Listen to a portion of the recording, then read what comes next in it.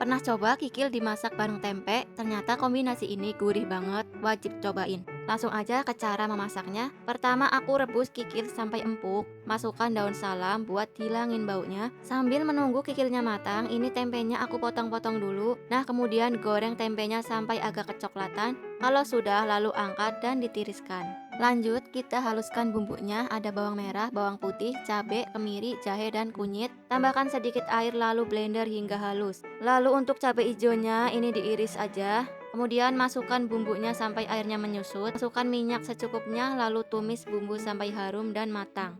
Tambahkan air secukupnya dan masukkan serai, daun salam, lengkuas, cabai hijau. Lalu masukkan bumbu seperti garam, kaldu bubuk, lada bubuk secukupnya. Kemudian aduk-aduk, masukkan tempe dan kikil. Aduk hingga bumbunya tercampur. Dan inilah hasilnya kikil campur tempe dengan potongan cabai hijau. Kalau suka resep simple kayak gini, jangan lupa like, share, dan subscribe ya.